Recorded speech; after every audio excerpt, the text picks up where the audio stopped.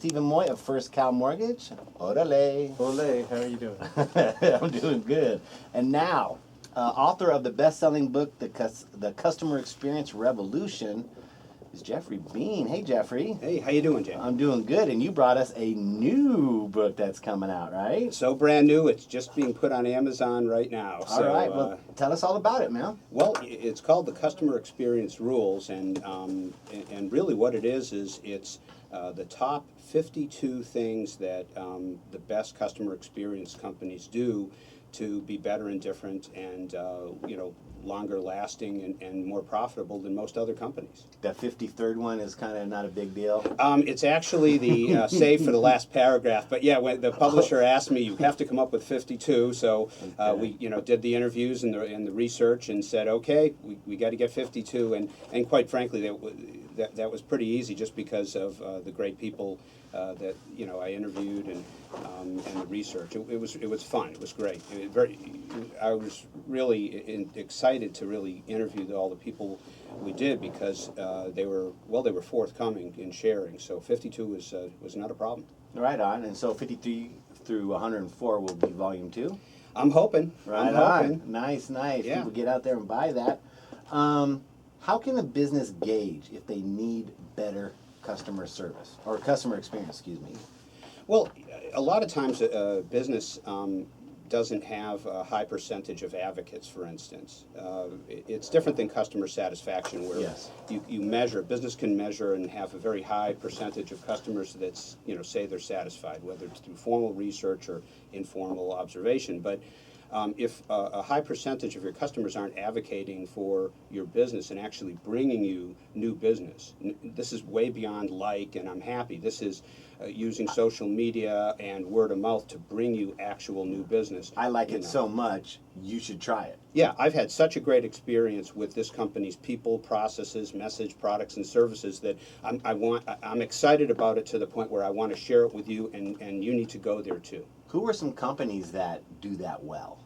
Well, there's a lot of famous ones, and keep in mind that a lot of these companies started out as small, startups, ideas, but Amazon, Starbucks, Apple, Four Seasons hotels. They only account for 5% of all the companies in the world, actually. And that do it right? Right, that do it right. And then we've got some up-and-comers like Uber and Tesla. Basically, how they flip the business model and please people, where they really delight people with what I call the do force, what they do for them. And then suddenly you've got people saying, hey, I had this great experience with Uber or Tesla, in the Tesla store, which is much like an Apple store, which is also no accident there. Yeah, exactly. So now, tell us of some local people that you've helped with their customer experience, and they're starting to really grasp it and get going. Well, certainly when we work at Intuit, we have the Customer Experience Special Interest Group, and we've helped Intuit and Pro Flowers, Red Envelope, LPL Financial, I Drive Safely. Those are just a few of the companies like right in this area where you really need to understand the customers, whether it's business to business or business to consumer, and then what the interaction points are, and then what the emotional, economic, and time impacts are on the customer, and really how they are remembering that experience, and of course how they're advocating that, if they're advocating that experience.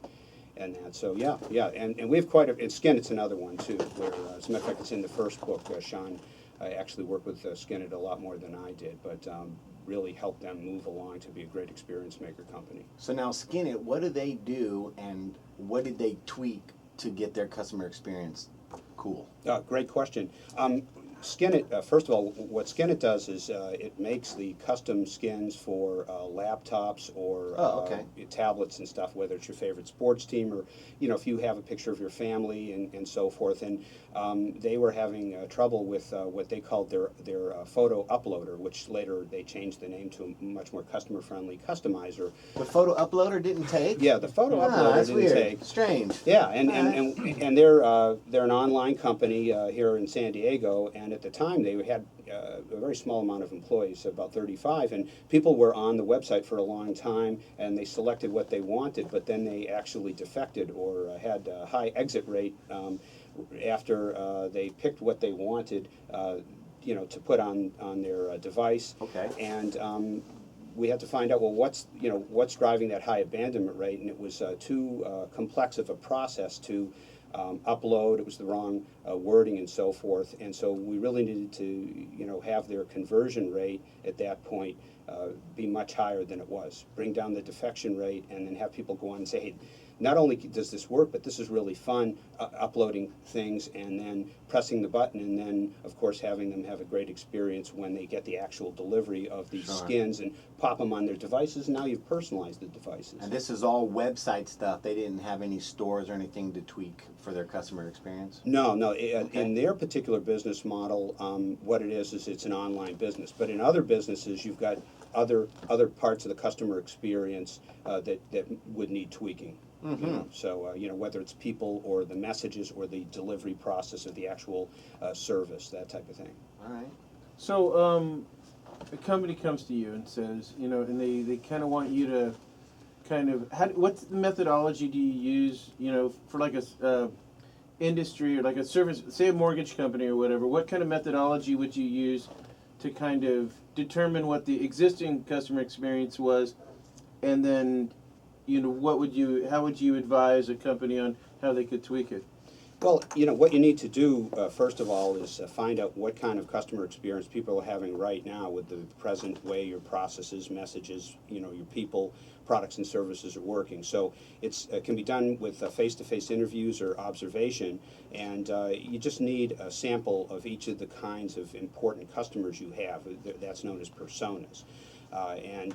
And then really find out where they're happy and delighted and where they're not. And through that, you kind of make a map after you get that information called a customer journey map, and really decide, okay, are we in a situation where we just need to make some changes at certain interaction points, whether it's on the phone or on the website or with some of the people, or is it that so many interaction points are not measuring up to delight or pleasure that we need to innovate a whole new customer experience.